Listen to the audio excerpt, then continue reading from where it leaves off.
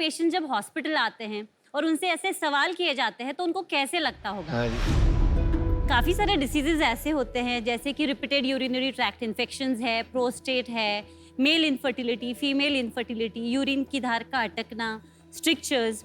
तो इन सब डिसीजेज में अक्सर डॉक्टर्स एक टेस्ट रेकमेंड करते हैं जो है कन्वेंशनल यूरोफ्लोमेट्री। तो ये यूरोफ्लोमेट्री की जो टेस्ट है, इसको करने के लिए पेशेंट्स को 2 या 3 बार हॉस्पिटल जाना पड़ता है महीने में। तो don't worry sharks, we have got a solution for it, और वो है पी-फ्लो। पी-फ्लो दुनिया का पहला पोर्टेबल और डिस्पोजेबल किट है जो कि कन्वेंशनल यूरोफ्लोमेट्री की टेस्ट को पूरी तरीके से रिप्लेस कर सकता है। और पेशेंट इसको घर पे ले जा सकता है। घर पे वो अपनी टेस्ट करता है तो रिपोर्ट अपने आप उसके मोबाइल पे आ जाती है। नमस्ते शार्क्स, मैं हूँ डॉक्टर प्रीति रवंदले। और मैं हूँ डॉक्टर आशीष रवंदले। हम हैं फाउंडर्स पी-फ्लो के। हम धुले महाराष्ट्र से है। सो द विजन इज कि पी-फ्लो को हम दुनिया के घर घर तक पहुँचाएं, पेशेंट्स को एक डिग्निटी के साथ अपना टेस्ट करने का मौका मिले और अपने ऑर्गन्स को टाइम पे बचाए, because we still believe in prevention is better than cure. Absolutely. हमारी आस्क इस इन्वेंशन के लिए है 60 lakhs for 1%। टोटका बन गया भाई। प्रीति, आशीष, बहुत बहुत स्वागत है। Thank you so thank you much. Sir. आपका लास्ट नेम एक ही है? We are husband and wife. I am her husband. अच्छा, वो भी क्लैरिफाई कर दिया, अच्छा किया। ये आपने क्यों किया? सीईओ कौन है? She is the whole and sole. अरे वो बोलने से नहीं होता है, इक्विटी स्प्लिट क्या है? We are 35 approximately. अच्छा, गुड। आप लोग यूरोलॉजिस्ट हैं दोनों? मैं यूरोलॉजिस्ट हूँ and she is an ophthalmologist. अच्छा अच्छा अच्छा। Can we show you the demo if you have? Yes please please. Usual scenario में पेशेंट को हॉस्पिटल जाना पड़ता है। जब उसका ब्लैडर फुल होगा तो एक टेक्नीशियन उसे एक लैब में ले जाएगा या और एक इलेक्ट्रॉनिक पॉट में यूरिन करने को बताएंगे। वो कॉन्स्टेंटली उस पर नज़र रखे हुए होगा कि भैया आपकी यूरिन स्टार्ट हुई।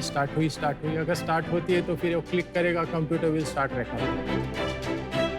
तो इससे पेशेंट को काफ़ी एम्बैरेसमेंट और हिचकिचाहट होती है और इसकी वजह से काफ़ी फॉल्स पॉजिटिव रिपोर्ट्स आती है क्योंकि पेशेंट खुल के यूरिन नहीं कर पाता इन सिंपल वर्ड्स।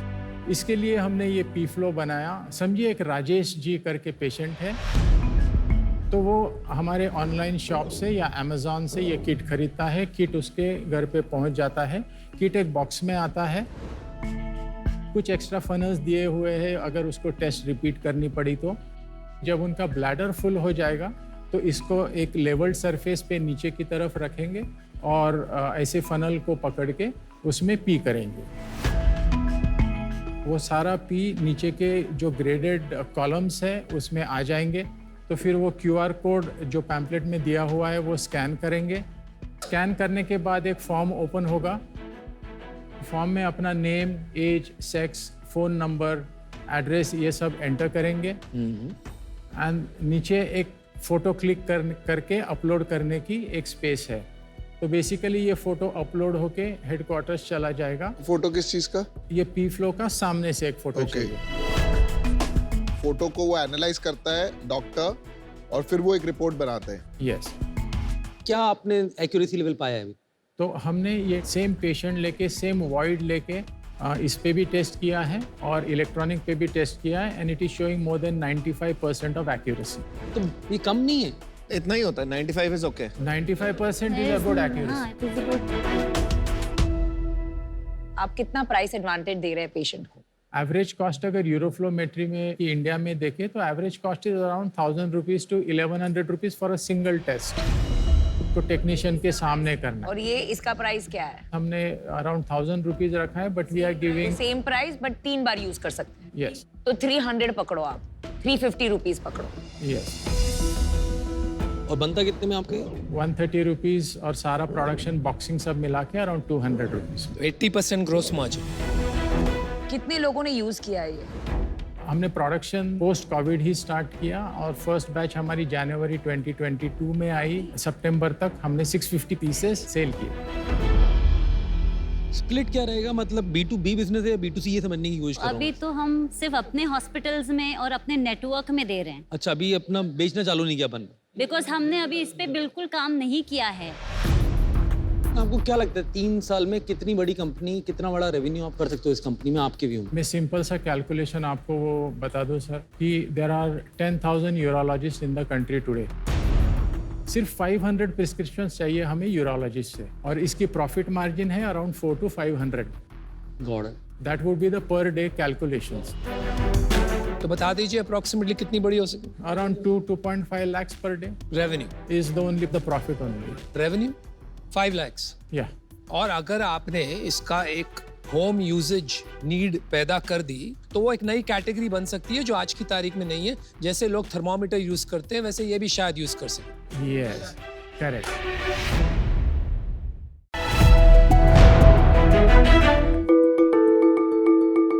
एक कहानी सुनाना चाहता हूँ। कहानी है कन्हैया की, जो चेन्नई में अपनी बीवी और 2 बच्चों के साथ हंसी खुशी रहते थे, लेकिन उनके काम ने उनकी जान ले ली।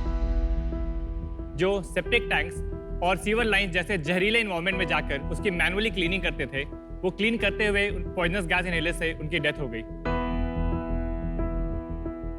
भारत सरकार ने 2013 में मैनुअल स्कैवेंजिंग को बैन कर दिया था, लेकिन आज भी ये इलीगल तरीके से जारी है। शार्क्स 2017 से 2021 तक लगभग 330 लोगों की मौत हो चुकी है इसी प्रॉब्लम से। हमारे शहरों में एक और गंभीर समस्या है जिसके बारे में आपको बताना चाहता हूँ। ये है वो पाइपलाइन जिसके थ्रू आपके घरों में पानी आता है। कितना अनहाइजीनिक है ये तो हम देख ही रहे हैं। ये पाइपलाइन जो 15 सेंटीमीटर का हुआ करता था वो अब 9 सेंटीमीटर का भी नहीं बचा है। शार्क्स ऐसा इसलिए क्योंकि आज भी पाइपलाइंस की इंस्पेक्शन या सीवर लाइन सेप्टिक टैंक की क्लीनिंग इलीगल तरीके से मैनुअली होती है। और इसी प्रॉब्लम्स को सॉल्यूशन निकालने के फोरफ्रंट में लाने के लिए हमने स्टार्ट किया सोलिनास। नमस्ते शार्क्स, मैं हूं दिवांशु कुमार। मैं भावेश नारायणी। मैं मोइनक बनर्जी। और मैं हूँ लिंडा। हम चेन्नई से आए हैं। सोलिनास इंटीग्रिटी एक end to end water sanitation asset management company है जो क्रिटिकल पब्लिक एसेट्स जैसे पाइपलाइंस, मैनहोल, सेप्टिक टैंक्स इत्यादि की कंडीशन की जांच और सफाई करते हैं हमारे प्रोडक्ट्स के जरिए। हमारा पहला प्रोडक्ट होमोसेप एक सेप्टिक टैंक क्लीनिंग रोबोट है, जिसकी मदद से किसी भी सफाई कर्मचारी को सेप्टिक टैंक के अंदर जाने की जरूरत नहीं है। हम लोगों का दूसरा प्रोडक्ट का नाम है इंडोबॉट, जो कि सीवर और वाटर पाइपलाइन इंस्पेक्शन रोबोट है। जनरली म्यूनिसिपैलिटीज हर जगह गड्ढा खोद के इंस्पेक्शन करता है, लेकिन अभी इसका जरूरत नहीं है क्योंकि हम लोगों का रोबोट इंश्योर करता है कि इंस्पेक्शन टाइम 10 गुना कम हो और पानी और पैसे का बचत हो। हमने अपने प्रोडक्ट्स को 2020 में लॉन्च किया था। इन 2 सालों में हमने कई शहरों के साथ और कुछ इंडस्ट्रीज के साथ पार्टनरशिप की है। हमारा मानना है कि किसी भी शहर की नींव होती है उसके पाइपलाइन और सैनिटेशन सिस्टम। इसलिए हमारी कंपनी का विजन है कि भारत के सभी शहरों की वाटर एंड सैनिटेशन प्रॉब्लम को सॉल्व करना और सिटीज को स्मार्ट बनाना। और शार्क्स इसलिए हमारी आज के आज 90 lakhs in exchange for 2% of the equity of the company. Let's make every city smart with Solinas. Wonderful, thank you. बहुत ही अच्छा कॉज चुना है आपने और आप चारों का शार्क टैंक पे स्वागत है। वंडरफुल। तो पहले आप चारों के बारे में बताइए, कहाँ पढ़े और फिर ये आइडिया कैसी आई? मैं गया बिहार का रहने वाला हूँ। वहाँ से मैंने 10वीं तक पढ़ाई की। मुझे मैकेनिकल इंजीनियरिंग करना था, तो इसके लिए फिर IIT मद्रास आया और फाइनल ईयर में फिर मैंने मेरा प्रोजेक्ट था होमोसेप with my professor is also एक को-फाउंडर। उनके साथ हमने ये शुरुआत की। और आप तीनों का बैकग्राउंड? मेरा नाम भावेश नारायणी है। मैं ग्वालियर से बिलोंग करता हूँ। बचपन में एक स्कूल से निकाल दिया गया था, तो उस दिन मैंने सपना बनाया था एक दिन मैं बड़े स्कूल में पढ़ूंगा। इस वजह से मैं IIT मद्रास में मास्टर्स की पढ़ाई करने गया। फिर मैंने दिवांशु और प्रोफेसर को देखा कि वो कैसे लोगों की जान बचा रहे हैं एक रोबोट के थ्रू, तो मैंने भी उनको फिर 2019 में ज्वाइन किया। आज मैं मतलब ऐसा प्रोडक्ट हेड हूँ सैनिटेशन डिपार्टमेंट का सोलिनास में, ऐसा को-फाउंडर भी। और मैं मोइनक बनर्जी, मैं दुर्गापुर वेस्ट बंगाल से हूँ। मैं मेरा BTech mechanical engineering SRM university Chennai से ही किया हूँ। करंटली मैं वाटर सेक्टर का जो कंप्लीट टेक्नोलॉजी है वो मैं देखता हूँ। लिंडा, आप बताइए। I am from Chennai, Tamil Nadu. So I did my BTech in mechanical from SRM. And then I came across Solinas, so I managed all the R&D projects and I also take care of general management of the company. ये तो amazing है। आप देखो, बोध गया, दुर्गापुर, ग्वालियर, चेन्नई। देश की problem को सॉल्व करने के लिए देश हर जगह I से know, पूरा मतलब नेशनल इंटीग्रेशन प्रोजेक्ट लगे। Incredible. तो फाइनल ईयर प्रोजेक्ट जब मैं कर रहा था तो फर्स्ट 3 मंथ्स तो ऐसा ही था, मतलब बॉयज ये कि प्रोजेक्ट कंप्लीट करके निकलना है फिर। हाँ। लेकिन फॉर्चुनेटली क्या हुआ कि कुछ सैनिटेशन वर्कर्स की एक टीम थी जिनके साथ हमारा एक प्रोजेक्ट चल रहा था। जब हमने उनको प्रेजेंट किया तो वो सॉल्यूशन पे सब लोग हंस रहे थे। मतलब मुझे समझ में नहीं आया कि भाई हमने इतनी मेहनत करके ऐसा सोचा है, आप क्यों हंस रहे हो? तो उन्होंने बोला कि तुमने कभी सेप्टिक टैंक देखा भी है क्या? हमारे नेल्स देखो, वो बाहर आ रहे, पूरा स्किन हमारा खराब हो चुका है क्योंकि हमें अंदर जाना पड़ता था। जब मैंने देखा उस चीज को तो मुझे लगा कि एक श्योर शॉट चांस तो लेना है कि अच्छे से मतलब मेहनत करके बनाएंगे कि क्या कर सकते हैं। सेप्टिक टैंक मतलब क्या? वेस्ट क्या होता है सेप्टिक टैंक? जो इंसानों की लेट्रिन पेशाब होती है वो जाकर सेप्टिक टैंक में कलेक्ट होती है। तो इस तरह का एक मतलब हमने सेप्टिक टैंक बनाया हुआ है। अच्छा जी। रियल जो इंसानों की लेट्रिन होती है वो नीचे ऐसे जमा हो जाती है, फिर ये हमारी पेशाब और इसका मिक्सचर होता है और ऊपर आके एक फ्लोट करती है। तो इस लेयर को और इस लेयर को निकालना पंप से मुमकिन है, लेकिन इस लेयर को निकालने के लिए इंसान इस मैनहोल से नीचे जाया करता था।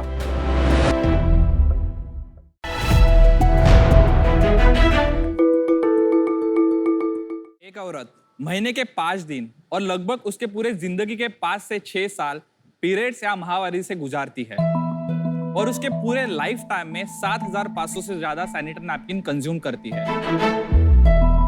हम मनुष्य चांद तक तो पहुंच गए, बट अभी भी आज डिग्निफाइड तरीके से सैनिटरी नैपकिन डिस्पोजल का सॉल्यूशन नहीं ढूंढ पाए।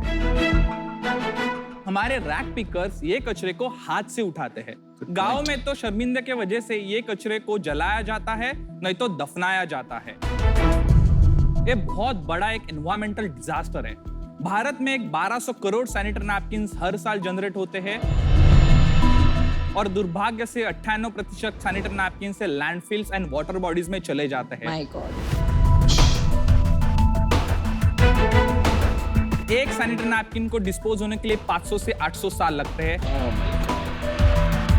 मतलब ये दुनिया में जो फर्स्ट मैन्युफैक्चर हो गया है पैड अभी भी जमीन में गड़ा हुआ है। ये पूरा बड़ा प्रॉब्लम सॉल्व करने के लिए लेके आए हैं पैड केयर।